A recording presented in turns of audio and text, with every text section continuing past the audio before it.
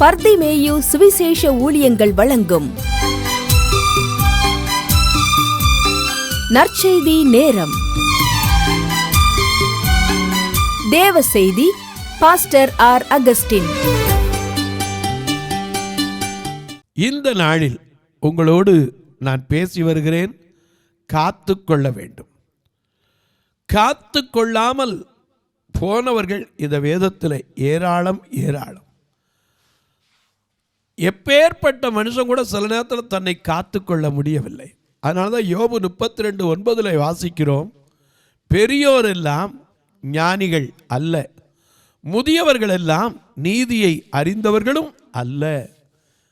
உங்கள் வேதாகமத்தை தயவு செய்து யோபு 32:9 எடுத்துக்கொள்ளுங்க. பெரியோரெல்லாம் ஞானிகள் இல்லை.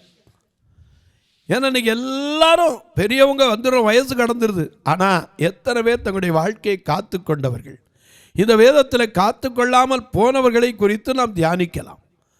உங்கள் வேதாகமத்தை எங்கே இருந்தாலும் சரி, இந்த நிகழ்ச்சியை பார்க்கிற போது மறக்கவே கூடாது.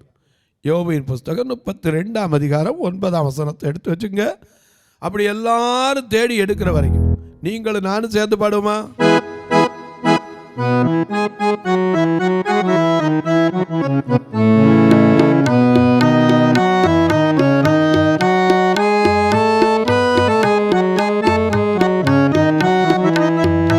ஆனந்தமாய் நாமே ஆர்ப்பரிப்போமே, அருமையா இயேசு நமக்களித்த அளவில்லா கிருபை பெரிதல்லவோ, அனுதினம் தேவியதில்.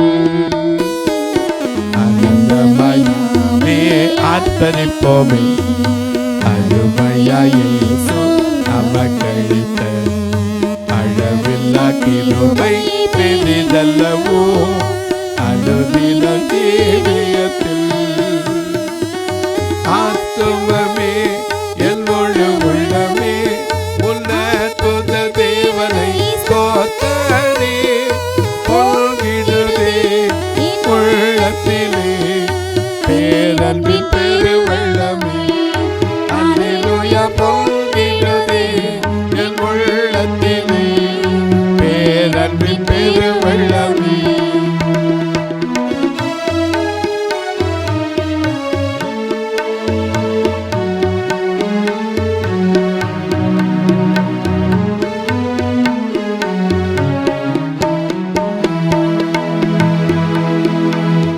எல்லாம் எடுத்திருப்பீங்க. வாசிக்க சொல்லட்டுமா? யோபு 32:9. பெரியோர் எல்லாம் ஞானிகள் அல்ல, முதியோர் எல்லாம் நீதியை அறிந்தவர்களும் அல்ல. இதை யார் சொல்றா தெரியுமா? எலிகு சொல்றார். யோபு நல்ல மனுஷன், உத்தமன், சன்மார்க்கன், தேவனுக்கு பயந்து பொல்லாப்பை கண்டவுடன் என்ன செய்யறவன்? விலகுகிறவன். தேவன் சாட்சி கொடுத்தார். ஆனா வாயை காத்துக்கிற முடிஞ்சா? 40ஆம் அதிகாரம் வரைக்கும் புலம்பி தள்ளிட்டார். என் சஞ்சலத்தை தராசில வைத்து நிறுக்கப்பட்டால், அது அவருக்கு முன்னா வைக்கப்பட்டால், என் காரியத்தை ஒவ்வொன்றா ரூபிக்கும் வார்த்தைகளா அவருக்கு தெரியாதா? எனக்கு அன்பானவர்களே, அங்கதான் அவர் பிசாசு ஏற்கனவே சேலஞ்சு பண்ணியிருக்கான. எங்க என் கையில் குடுமையா? இதை சொல்லிட்டா அர்த்தமே இல்லாமல் போயிருமே. எனக்கு அன்பானுடைய சோதனைக்காரன், இதோ சோதனைக்காரன் வருகிறான். இயேசு சொன்னாரே, அவனுக்கு என்னிடத்துல என்ன இல்லை? ஒன்றுமே இல்லைன்னாரே. கோதுமை மணியானது நிலத்தில் விழுந்து சாகாவிட்டால் தனித்திருக்கும், செத்ததே ஆனால் மிகுந்த பலன் கொடுக்கும். யோவான் 12:24 சொன்னாரே. என சில நேரங்களில் பெரிய ஆட்கள் கூட ஒரு சின்ன காரியத்தில் விட்டுறார். நான் போன செய்தியில் சொன்னேன், மோசே நல்ல கற்றறிந்தவன். அப்போஸ்தலர் 7:22 படி எகிப்தினுடைய சகல சாஸ்திரங்களையும் கற்றவன். ஆனா அவன் தன்னை காத்து கொண்டான். என்ன காத்து கொண்டான் தெரியுமா? எபிரேயர் 11:24 வாசிக்கிறோம், மோசே விசுவாசத்திலே தான் பெரியவன் ஆன போது அவனுக்கு ஒன்னே ஒன்று தெரிஞ்சு, அநித்தியமான பாவ சந்தோஷம் எது? ஏன்னா இன்னைக்கு பாவத்தில் நிறைய சந்தோஷம் இருக்கு. அழகா பாருங்க, பாவம் உன்னை தொடருமே, சாபம் கொல்லுமே. பாவம் உன்னை தொடருமே, சாபம் கொல்லுமே. என்னில் லாபம் எல்லாமே பாவம், என்னில் லாபம் எல்லாமே பாவம். ஆகும் காலமே வாலிபனாளின் தேவனே தேடி ஓடிவா.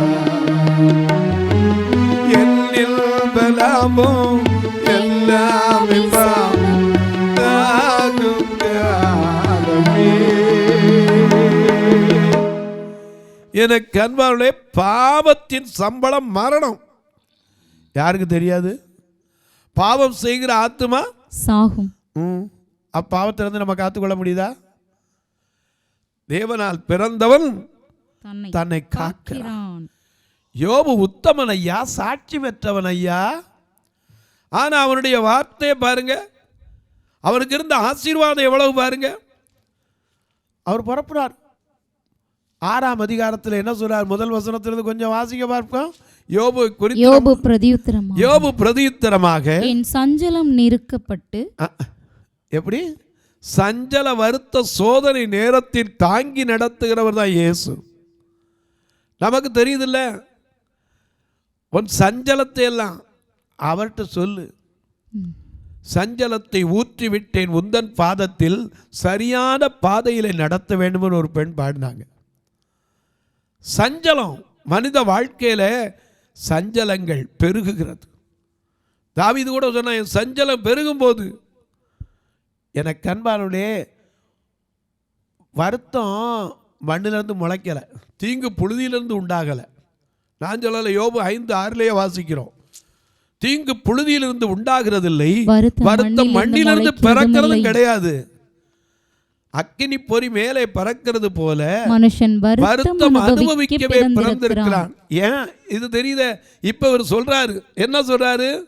சங்கீதம் 90:10 தாவீது சொல்றாரு, எங்கள் ஆயுசு நாட்கள் 70 வருஷம், பலத்தின் மிகுதியினால் 80 வருஷமா இருந்தாலும் மேன்மையானது வருத்தமும் சஞ்சலமும் அது சீக்கிரமாய் கடந்து போகிறது. அதனாலதான் ஆண்டவர் நம்மளை பார்த்து நீதிமொழிகள் 28:13 என்ன சொன்னாரு? வருத்தப்பட்டு பாரங்கள் சுமக்கின்ற மகனே, வருத்தப்பட்டு பாரங்கள் சுமக்கின்ற மகனே, நீ வருவாய இயேசு உனக்கு வாழ்வு தந்திடுவார், நீ வருவாய இயேசு உனக்கு வாழ்வு தந்திடுவார். பாவ மன்னிப்பின் நிச்சயத்தை பெற்றுக்கொள்ள வேண்டும், பரலோகத்தில் ஓரிடம் நீ பெற வேண்டும். பாவ மன்னிப்பில் நிச்சயத்தை பெற்றுக்கொள்ள வேண்டும், பரலோகத்தில் ஓரிடம் நீ பெற வேண்டும். இயேசு தருகிறார், இன்று தருகிறார், இயேசு தருகிறார், இன்று தருகிறார். அதற்காகத்தான் சிலுவையிலே ரத்தம் சிந்திவிட்டார், அதற்காகத்தான் சிலுவையிலே ரத்தம் சிந்திவிட்டார். பாவ மன்னிப்பில் நிச்சயத்தை பெற்றுக்கொள்ள வேண்டும், பரலோகத்தில் ஓரிடம் நீ பெற வேண்டும்.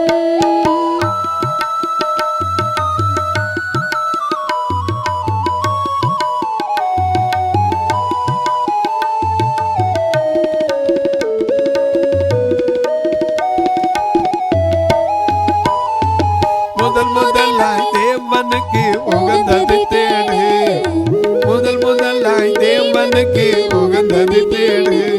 இனி எல்லாமே அவர் உனக்கு சேர்த்து தந்திடுவார், இனி எல்லாமே அவர் உனக்கு சேர்த்து தந்திடுவார். பாவ மன்னிப்பின் நிச்சயத்தை பெற்றுக்கொள்ள வேண்டும், பரலோகத்தில் ஓரிடம் நீ பெற வேண்டும். இயேசு தருகிறார், இன்று தருகிறார், இயேசு தருகிறார், இன்று தருகிறார். அதற்காகத்தான் சிலுவையிலே ரத்தம் சிந்திவிட்டார், அதற்காகத்தான் சிலுவையிலே ரத்தம் சிந்திவிட்டார். ஐயா, வருத்தத்தினால என்ன பிரயோஜனம்? வருத்தப்பட்டதுனால என்ன இருக்கு?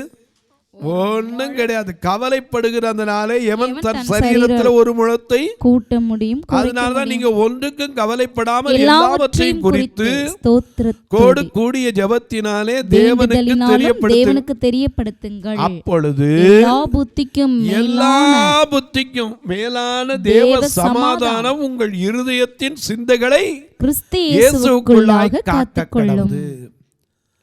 நம்மளால சமாதானத்தை முதல்ல காத்துக்கொள்ள முடியுதா? எத்தனை வீட்டில் இன்னைக்கு சமாதானம் இருக்கு? யோபுக்கு எல்லாம் போச்சு, ஆனா வாயை காத்துக்கிற முடிஞ்சா? பிள்ளைய சாகும்போது சொன்னானே, கர்த்தர் கொடுத்தார் கர்த்தர் எடுத்தார். அதே வார்த்தை ஏன் கடைசி வரைக்கும் யோசிக்கல? 6ஆம் அதிகாரத்தில் சொல்கிறார், என் சஞ்சலம் நிறுக்கப்பட்டு என் நிர்பந்தம் எல்லாம் தராசிலே வைக்கப்பட்டால் நலமாயிருக்கும். அப்பொழுது அது கடற்கரை மணலை பார்க்கிலும் பாரமாயிருக்கும். அப்பா, என்ன வார்த்தை பாருங்க! கடற்கரை மணலை பார்க்கிலும் பாரமாயிருக்குமா? கடற்கரை மணலுக்கு என்ன தெரியுமா? அது நித்திய பிரமாணம். கடற்கரை மணல் அலைகள் மோதி அடித்தாலும் அது இறைந்தாலும் கரையை கடவாதபடிக்கு தேவன் அதற்கு நித்திய பிரமாணமாக மணலைத்தான் எல்லையாக வைத்திருக்கிறார். அதனாலதான் ஆண்டவர் ஆபிரகாம் சொன்னார், வானத்தை அண்ணாந்து பாருப்பா, நட்சத்திரங்களை எண்ணி பாருப்பா, கடற்கரை மணலை உன்னால எண்ண முடியுமா? இவரு அதெல்லாம் தாண்டி பேசுறார். எப்படி இருக்குமா? கடற்கரை எத்தனை மணல் எத்தனை பாரமா இருக்குமா? ஆகையால் துக்கம் சொல்லி முடியாது. என் துக்கம் சொல்லி முடியாதா? சர்வ வல்லவரின் அம்புகள் எனக்குள் தைத்திருக்கிறது. அவைகளின் விஷம் என் உயிரை குடிக்கிறது. ஜீவனை தந்த ஒரு விஷத்தை உயிரை குடிக்குதான். என்ன வார்த்தை! மனுஷன் மனம் பதறி என்ன செஞ்சிடறான்? வார்த்தை பேசுறான். அதனாலதான் காத்து கொள்ள வேண்டும். நாம காத்துக்கொள்ளணும்.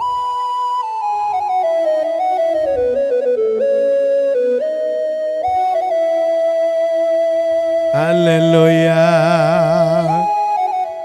பொருட்கள் மேல கண்ணு போச்சுன்னா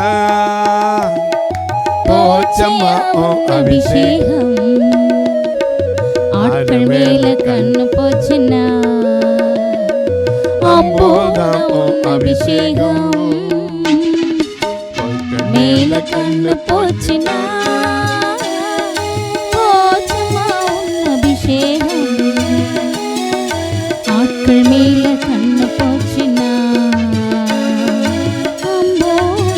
அபிஷேகம். காத்துக்கொள் காத்துக்கொள் காத்துக்கொள் காத்துக்கொள், பெற்றுக்கொள்ள அபிஷேகத்தை காத்துக்கொள் காத்துக்கொள் காத்துக்கொள், பெற்றுக்கொண்ட அபிஷேகத்தை காத்துக்கொள். மறந்துடக்கூடாது. அநேக நேரத்தில் நாம விட்டுறோம். யோபு உத்தமன் தான். அவரே சொன்னார் 27:5 என்ன சொன்னாரு? என் உத்தமத்தை என்னை விட்டு நான் என்ன செய்ய மாட்டேன், விளக்கவே மாட்டேன். அவர் தேவன் எப்படியெல்லாம் ஆசீர்வதிச்சாருங்கிறத புலம்புன ஒரு பிரசங்கத்தில் இப்போ சொல்றார், என் சஞ்சலத்தை தராசில வைத்து என் நிர்பந்தங்கள் எல்லாம் வைக்கப்படுமானால் எவ்வளவு நலமா இருக்கும். என் துக்கம் என்ன செய்யாதான்? சொல்லி முடியாது. சொல்லி முடியாதான். அதை மட்டும் சொன்னா பரவாயில்ல. இன்னும் கொஞ்சம் வாசிங்க. சர்வ வல்லவரின் அம்புகள் எனக்குள் தைத்திருக்கிறது. அவைகளின் விஷம் என் உயிரை குடிக்கிறது. தேவனால் உண்டாகும் பயங்கரங்கள் எனக்கு முன்பாக அணி அணியாய் நிற்கிறது. அடே அப்பா, எவ்வளவு அணி அணியா வருஷ வரிசையா நிக்குதான். வருஷ வரிசையா நிக்குதான். அணி அணியாய் நிற்கிறது. பொல் இருக்கிற இடத்திலே காட்டுக்கழுதை கத்துமோ, தனக்கு தீவனம் இருக்கிற இடத்திலே எருது கதறுமோ. எது கதறுமோ? இப்ப நான் அப்படி கதறேங்கிறார். அப்படி புலம்புனால தான் 40 அதிகாரம் வரைக்கும் விட்டுவிட்டார். 40ஆம் அதிகாரத்தில் அவர் புத்தி வந்துச்சு. அப்பொழுது யோபு கர்த்தருக்கு பிரதியுத்தரமாக, இதோ நான் நீசன். அப்பா, இது வரைக்கும் தெரியலையா? இதோ நான் நீசன். நான் உமக்கு என்ன மறு உத்தரவு சொல்லுவேன்? அவருக்கு மறு உத்தரவு கொடுக்க முடியுமா? கூப்பிடு, மறு உத்தரவு கொடுக்கிற அவர் நமக்கு சொல்லியிருக்காரு. நாம பாடுறோம்ல, கூப்பிடு நீ பதில் கொடுப்பார், குறைகள் எல்லாம் நிறைவாக்குவார். கூப்பிடு நீ பதில் கொடுப்பார், குறைகள் எல்லாம் நிறைவாக்குவார். உண்மையாக தேடுவோரின் உள்ளத்தில் வந்திடுவார்.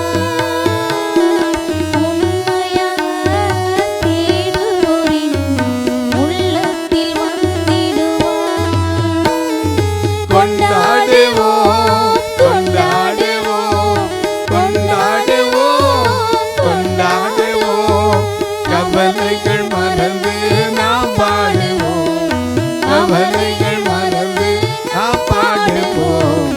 இயேசு ராஜா வந்திருக்கிறார், எல்லோரும் கொண்டாடுவோம், கைதட்டி நாம் பாடுவோம்.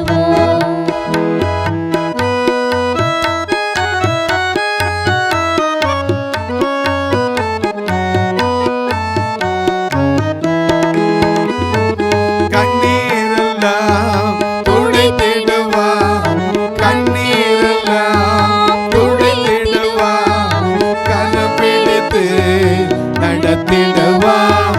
வெள்ளமெல்லாம் ஏக்கமெல்லாம் இன்றி நிறைவேற்றுவார்.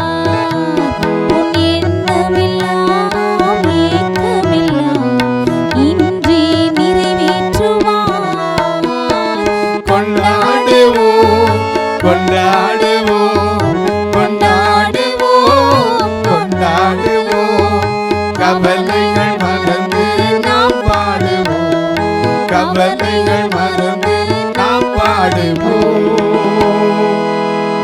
இது ஏன் யோபுக்கு தெரியாம போச்சு? கூப்பிடு, உனக்கு மறு உத்தரவு கொடுப்பேன் இருக்காரே, அது எப்போ?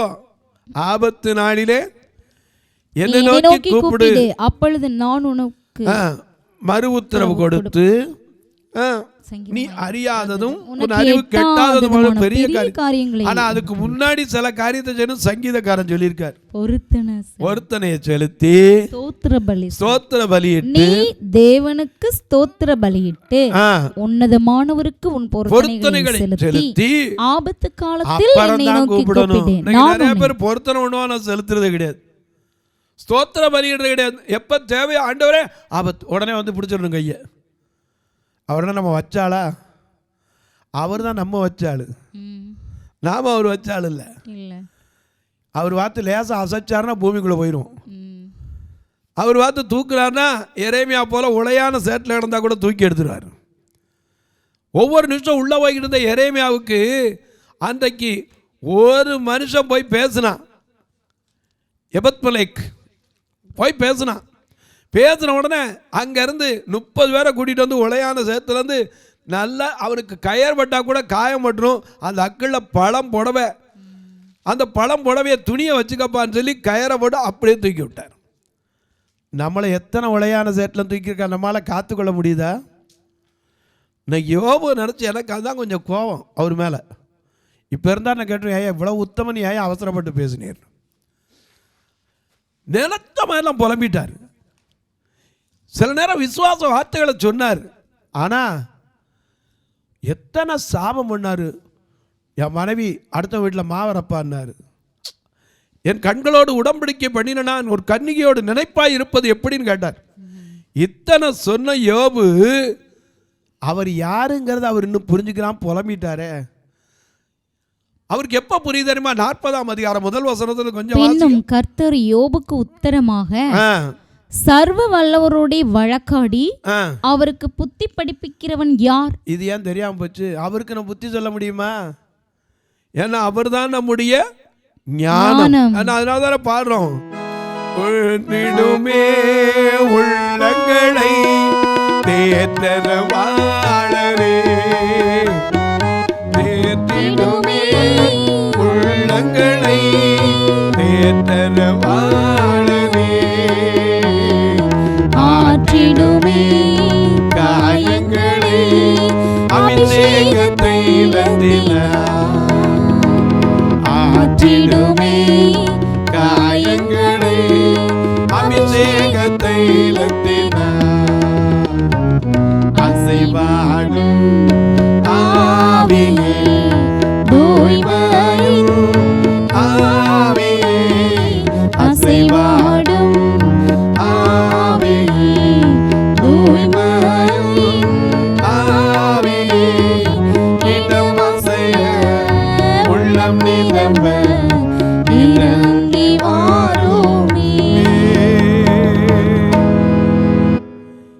கண்பானவர்களே, அவர் சொல்றாரு பாருங்க, திருமதி 40:1 வாசிங்க. சர்வ வல்லவரோடு வழக்காடி, சர்வ வல்லவரோடு வழக்காடி அவருக்கு புத்தி படிப்பிக்கிறவன் யார்? இப்படி தெரிஞ்ச யோபு 23:3 என்ன சொல்றாரு? அதே 23ஆம் அதிகாரம் முதல் 3ஆம் வசனத்திலிருந்து கூட வாசிங்க. நான் அவரை எங்கே கண்டு சந்திக்கலாம் என்பதை அறிந்தால் நலமாயிருக்கும். அப்பொழுது நான் அவர் ஆசனத்துக்கு முன்பாக வந்து நின்று என் நியாயத்தை அவருக்கு முன்பாக வரிசையாய் வைத்து காரியத்தை ரூபிக்கும் வார்த்தைகளால் என் வாயை நிரப்புவேன்.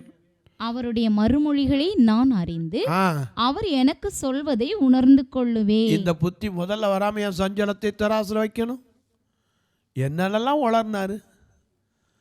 அவருடைய புலம்பல் சில நேரம் நல்லா தான் இருக்கு, ஆனா அவசரப்பட்டார். இவ்வளவு விசுவாசிக்கிறவன் பதறவே மாட்டான். அவர் சாதாரண விசுவாசி இல்லைங்க. யோபு போல ஒரு உத்தமன தேவனே சாட்சி கொடுத்த ஒரு உத்தமன். என் தாசனாகிய யோபு அப்படின்னார். என் தாசனாகிய மோசேனா அவனும் சில நேரத்தில் விட்டுட்டான். மனம் பதறி எண்ணாகமத்தில் பார்க்கிறோம், ஆண்டவர் கண்மலையில் பேச சொன்னார். ஆனால் அவன் போய் என்ன செஞ்சுட்டான்? அடிச்சதுனால என்ன ஆகி போச்சு தெரியுமா? அவ்வளவு தூரம் ஓடி போன ஓட்டம் என்ன ஆகி போச்சு? வீணா போச்சு. ஆனால் ஓடணும், எதுக்கு சொல்லணும்? பெற்றுக்கொள்ளத்தக்கதாய் ஓட்ட பந்தயம் நீ ஓடுகிறாய், ஒழுங்கின் வழி ஓடு மகனே. ஓட்ட பந்தயம் நீ ஓடுகிறாய், ஒழுங்கின் வழி ஓடு மகனே. நெருங்கி வரும் பாவங்கள், நெருங்கி வரும் பாவங்கள் உதறி தள்ளிவிட்டு ஓடு மகனே, உதறி தள்ளிவிட்டு ஓடு மகனே. பிரியமானவனே, உன் ஆத்துமா வாழ்வது போல் நீ எல்லாவற்றிலும் வாழ்ந்து சுகமாயிரு மகனே. வாழ்க்கைங்கிறது போராட்டம் நிறைஞ்சதானே. யோபுக்கு தெரியாதா? போராட்டத்தின் மேல் போராட்டம் அவரே சொல்றாரு. ஆனா எப்ப தெரிஞ்சு தெரியுமா? 40ஆம் அதிகாரத்தில் தெரிஞ்சு. கர்த்தர் அவனோட பேசினார். பேசின உடனே இவன் சொன்னா, நான் நீசன், நான் உமக்கு என்ன உத்தரவு சொல்லுவேன்? என் கையினால் என் வாயை பொத்திக் கொள்ளுகிறேன். வாயை காத்துக்கணும். எல்லா காவலோடும் உன் வாய்க்கும் காவல் வை. நீதிமொழிகளில் வாசிக்கிறோம். தொலைக்காட்சியில் பார்க்கிற என் அன்பு மக்களே, இந்த நிகழ்ச்சியை நாள்தோறும் பார்க்குற முதல்ல வாயை காத்துக்கொள்ளுங்க. என் அன்பு சகோதரிகளே, போகிற இடத்துல ரொம்ப நாள் வாயை காத்துக்கணும். ஏதோ நம்ம வாய் இருக்குன்னு எல்லாத்தையும் என்ன செஞ்சிடக்கூடாது, பேசிடக்கூடாது. இப்படித்தான் பேசணும், இதைத்தான் பேசணும், எல்லாம் இருக்குது. அதனால தான் அந்த காலத்தில் பழமொழி சொன்னாங்க, வாய் இருந்தால் வாழ சொன்னாங்க. வாய் இருக்கணும், ஆனால் அதே சமயத்தில் பேச வேண்டிய நேரத்தில் பேசணும், பேசக்கூடாத நேரத்தில் என்ன செய்யக்கூடாது, பேசக்கூடாது. மௌனமாக இருக்க ஒரு காலம் உண்டு, பேச ஒரு காலம் உண்டு. அது வரைக்கும் பொறுத்தா இருக்கணும். யோபு புலம்பி தள்ளின மாதிரி புலம்பிடக்கூடாது. வாயை காத்துக்கொள்ள வேண்டும், இருதயத்தை காத்துக்கொள்ளணும். வரிசையாக சொல்கிறேன். இந்த நிகழ்ச்சியை பார்க்குற நீங்கள் இதுக்காக ஒரு வார்த்தை ஜெபம் பண்ணுறீங்களா? இது தொடர்ந்து வரணும், தேவைகள் சந்திக்கப்படணும். ஏன்னா ஒரு நாளைக்கு 4000 ரூபா டிவி ப்ரோக்ராமுக்கு மட்டும், ரெக்கார்டிங்க்கு 1000 ரூபா. எங்கள் சபையை வந்து பார்த்தீங்கன்னா சொல்லுங்க, ஐயா இந்த கஷ்டத்துலேயே பண்ணுறீங்க அம்மிங்க. 2 கண்ணு தெரியாத மக்கள் தான் இந்த சபை முழுக்க. மதுரையிலும் சரி திருநெல்வேலியும் சரி, எப்போவாவது உங்களுக்கு டைம் கிடச்சா வந்து பாருங்கள், வாங்க, தாராளமாக நான் வெயிட் பண்ணுறேன். ஃபோன் பண்ணிவிட்டு வாங்க. ட்ரெயினில் வந்தாலும் சரி, பஸ்ஸில் வந்தாலும் சரி. உங்களை ட்ரெயின்னா ரயில்வே ஸ்டேஷனில் வந்து கூப்பிட்டு வரேன், பஸ்ஸாக இருந்தால் பஸ் ஸ்டாண்டில் வந்து கூட்டிகிட்டு வரேன். வந்து பார்த்து திரும்பி உங்களை கூப்பிட்ட இடத்துலே விட்டுருவேன். வாங்க, வந்து பாருங்கள். கர்த்தர் ஏவனா தாங்க, இல்லாட்டி கட்டாயம் இல்லை, விசனமாக இல்லை. திருநெல்வேலி ஆலயத்தெல்லாம் ஒரே ஒரு ரூம் தான் இருக்குது. தங்கி இருக்கிறக்கு இடம் பற்றாக்குறை. இன்னொரு அறை கட்டணும்னு ஆசைப்படுறோம், நேரம் இன்னும் வரல. மதுரையில் பார்த்தீங்கன்னா மேல் மாடியில் பெண்களை தங்க வச்சுருந்த வயதானவங்களை, அந்த ஓடி 20 வருஷம் ஆனதுனால ஒழுகி போய் அது திருப்பி கூட இன்னும் போட முடியாமல் இருக்கும். எனக்கு நீ ஓடு போடணும்னு ஆசை இல்லை, சென்ட்ரிங் போடணும். ஏன்னா மேலானவற்றை நாடுங்கள், வேதமே அப்படித்தான் சொல்லுது. அதனால் சென்ட்ரிங் போடணும். அதுக்கு 6 லட்சம் நாங்கள் வரட்டும், கர்த்தர் கொடுப்பார். வருகிற காலம் கிறிஸ்மஸ் காலம். கர்த்தர் உங்களை ஏவினால் எத்தனையோ நல்ல காரியத்துக்கு கொடுப்பீங்க. அதில் சிலர் கவரே உங்களுக்கு அனுப்பி வைப்பாங்க, இது இருக்குது அது இருக்குது, இத்தனை லட்சம் வேணும் அத்தனை லட்சம் வேணும். நான் அப்படிலாம் உங்கள்கிட்ட சொல்லலை. கர்த்தர் உங்கள் மனதில் எதை ஏவுறாரோ, இந்த பார்வையற்ற மக்களுக்கு நீங்களும் வந்து பார்க்கணுன்னா கூட உங்களையும் கூப்பிடுவேன், தாராளமாக வரலாம். கர்த்தர் ஏவினால் நீங்களும் தாங்கலாம். எப்படி? இதில் 2 நம்பர் வந்துக்கிட்டே இருக்கும், ஜிபே ஃபோன்பே.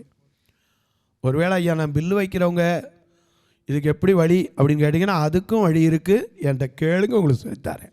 உங்கள் ஜெபக்காரி எது இருந்தாலும் காலை 10லேருந்து 5க்குள்ளே சொல்லுங்கள். இப்போ உங்களுக்காக ஜெபிக்கட்டுமா? நல்ல பிதாவே, நன்றியோடு துதிக்கிறோம் சுவாமி. தர்மியான நல்ல நாளிலே நாங்கள் கற்று வருகிறோம், காத்து கொள்ள வேண்டும். காத்து கொள்வது மிக மிக மிக அவசியம். அதை அறிந்து ஞானத்தோடு நாங்கள் காத்து கொண்டால் எத்தனை ஆசீர்வாதம் என்பதை ஒவ்வொரு சகோதர சகோதரிகளும், ஒவ்வொரு பெரியோரும், ஒவ்வொரு சிறுவர்களும் தன்னை காத்து கொள்வதற்கு ஞானமுள்ள இருதயத்தை தார். இந்த ஊழியத்தை தாங்குகிற, ஜெபிக்கிற, கொடுக்கிற எல்லா மக்களையும் ஆசீர்வதி. வானத்திற்கும் பூமிக்கும் சகல அதிகாரம் கொண்ட இயேசுவின் நாமத்திலே பிறந்த நாள் திருமண நாளை நினைவு கூறுவர்களுக்காய் ஜெபிக்கிறேன். தங்களுக்கு அன்பான இழந்து தவிக்கிற, ஆறுதலற்று இருக்கிற மக்களுக்காய் ஜெபிக்கிறேன். ஒருவேளை ஆஸ்பத்திரியில், மருத்துவமனையில் நோயோடு போராடி கொண்டிருக்கிற மக்களுக்காய் ஜெபிக்கிறேன். பல ஆண்டுகளாய் குழந்தை இல்லையேன்னு கண்ணீர் வடிக்கிறேன் அன்பு சகோதரிகளுக்காய் ஜெபிக்கிறேன். திருமண வயது வந்த பிள்ளைகளை வைத்துக்கொண்டு ஐயோ ஒன்றுமே இல்லாமல் எப்படி நான் இந்த பிள்ளைகளை வாழ வைப்பேன் என்று கண்ணீர் வடிக்கிற தாய்மார்களுக்காய் ஜெபிக்கிறேன். கைவிடப்பட்டு, பிள்ளைகளால் கைவிடப்பட்ட அன்பு முதியோருக்காய் ஜெபிக்கிறேன். ஒவ்வொருவருடைய கண்ணீரை மாற்று, கவலைகளை மாற்று. இயேசுவின் நாமத்தில் ஜெபிக்கிறேன் நல்ல பிதாவே, ஆமென். சபை ஆராதனை ஞாயிறு காலை 10 மணி முதல் 12 மணி வரை. இடம் பர்திமேயு சுவிசேஷ ஆலயம், அன்னை சத்யா நகர், இளமனூர் அஞ்சல், சக்கிமங்கலம் வழி, மதுரை மாவட்டம்.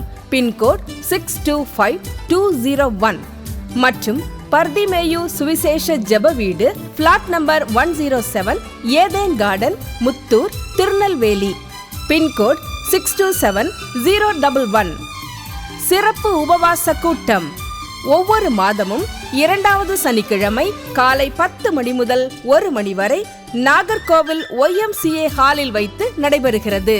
மற்றும் ஒவ்வொரு மாதமும் 4வது சனிக்கிழமை காலை 10 மணி முதல் 1 மணி வரை திருநெல்வேலி புதிய பேருந்து நிலையம் அருகில் உள்ள கிரேஸ் ஹாலில் வைத்து நடைபெறுகிறது.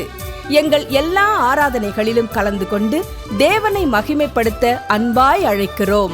உங்கள் உதாரத்துவமான காணிக்கைகளினால் இவ்வூழியத்தை தாங்க விரும்பினால் R. Augustin, account number 5021364331, IFSC code IDIB 000B066, Indian bank, BP Kulam, Madurai.